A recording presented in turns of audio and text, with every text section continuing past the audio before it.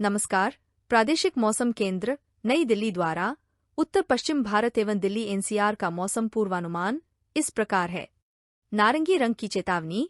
उत्तर पश्चिम भारत के पहाड़ी राज्यों में 29 और 30 मार्च को कहीं कहीं पर भारी वर्षा, ओलावृष्टि एवं मेघ गर्जन, बिजली चमकने के साथ झोंकेदार हवाएं चलने के लिए दी गई है।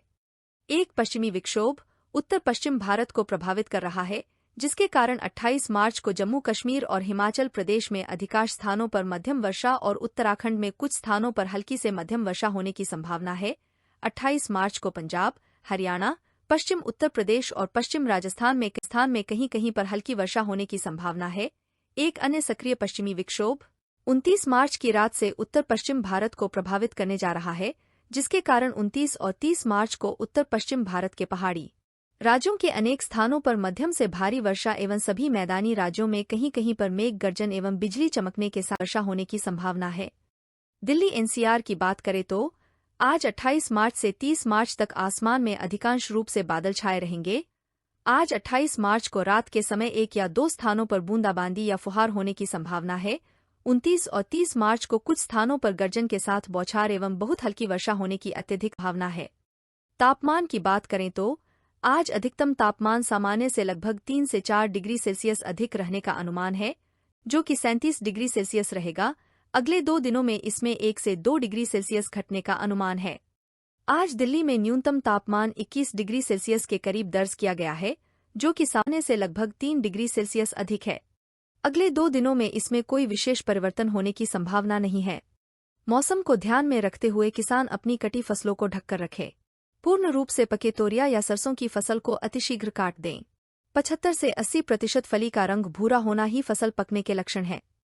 फलियों के अधिक पकने की स्थिति में दाने झड़ने की संभावना होती है। अधिक समय तक कटे फसलों को सूखने के लिए खेत पर रखने से चितकबरा बग से नुकसान होता है, अतः जल्द से जल्द गहाई करें। गहाई के बाद फसल अवशेषों को नष्ट कर दें, इससे कीट की संख्या को कम करने में मदद मिलती है। मूंग की फसल की बुवाई हेतु किसान उन्नत बीजों की बुवाई करें। मूंग पूसा विशाल, Pusa Ratna, Pusa 5931, Pusa Baisakhi, PDM 11, SML 32, SML 668, सम्राट। बुवाई से पूर्व बीजों को फसल विशेष राइजोबियम तथा फास्फोरस सोलुबलाइजिंग बैक्टीरिया से अवश्य उपचार करें। बुवाई के समय खेत में पर्याप्त नमी का होना आवश्यक है। मौसम शुष्क रहने की संभावना को ध्यान में रखते हुए सभी सब्जियों में हल्की सिंचाई करने की सलाह दी जाती है। सिंचाई सुबह या शाम के समय ही करें। टमाटर, मटर, बैंगन व चना फसलों में फलियों को फली छेदक कीट से बचाव हेतु किसान खेत में पक्षी बसेरा लगाए। वे कीट से नष्ट फलों को इकट्ठा कर जमीन में दबा दें। इस मौसम में बेल वाली सब्जियों और पछेती मटर में चूर्निल आसिता रोग के प्रकोप की संभावना रहती है। यदि रोग के लक्षण दिखाई दे तो कार्बेंडाजिम @ 1 ग्राम प्रति लीटर पानी की दर से छिड़काव करें। बेल वाली सब्जियां जो 20 से 25 दिन की हो गई हो तो उनमें 10 से 15 ग्राम यूरिया प्रति पौध डालकर गुड़ाई करें।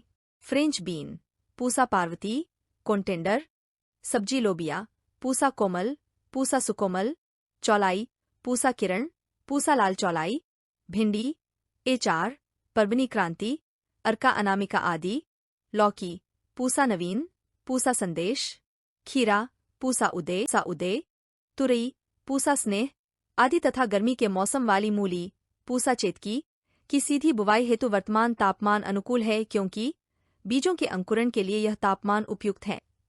उन्नत किस्म के बीजों को किसी प्रमाणित स्रोत से लेकर बुवाई करें। बुवाई के समय खेत में पर्याप्त नमी का होना आवश्यक है। में समय से बोई गई बीज वाली प्याज की फसल में थ्रिप्स के आक्रमण की निरंतर निगरानी करते रहें। बीज फसल में पर्पल ब्लोस रोग की निगरानी करते रहें। इस तापमान में मक्का चारे के लिए प्रजाति अफ्रीकन टाल तथा लोबिया की बुवाई की जा सकती है। बेबी कार्न की HM4 की भी बुवाई कर सकते हैं। आम तथा नींबू में पुष्पन के दौरान सिंचाई न करें तथा मिलीबग व होपर कीट की निगरानी करते रहें। कृपया लाइक, शेयर और सब्सक्राइब करें।